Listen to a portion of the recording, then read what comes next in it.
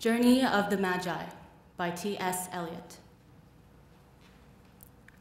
A cold coming we had of it, just the worst time of the year for a journey, and such a long journey. The ways deep and the weather sharp, the very dead of winter. And the camels galled, sore-footed, refractory, lying down in the melting snow.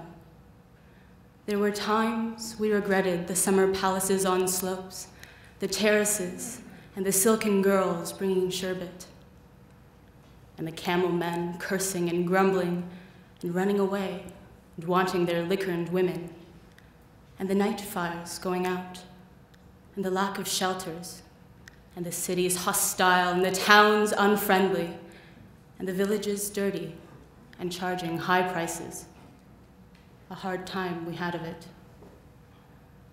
At the end, we preferred to travel all night, sleeping in snatches, with the voices singing in our ears, saying that this was all folly. Then at dawn, we came down to a temperate valley, wet, below the snow line, smelling of vegetation, with a running stream and a watermill beating the darkness, and 3 trees on the low sky, and an old white horse galloped away in the meadow.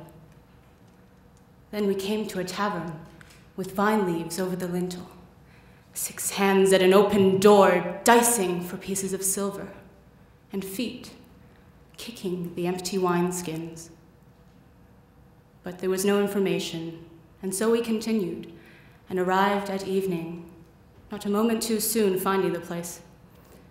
It was, you may say, satisfactory. All this was a long time ago, I remember, and I would do it again, but set down this.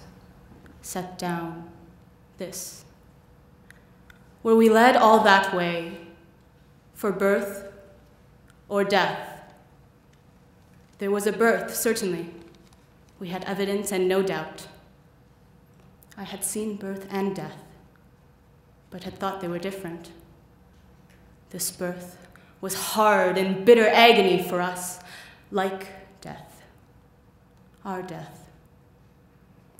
We returned to our places, these kingdoms, but no longer at ease here in the old dispensation, with an alien people clutching their gods.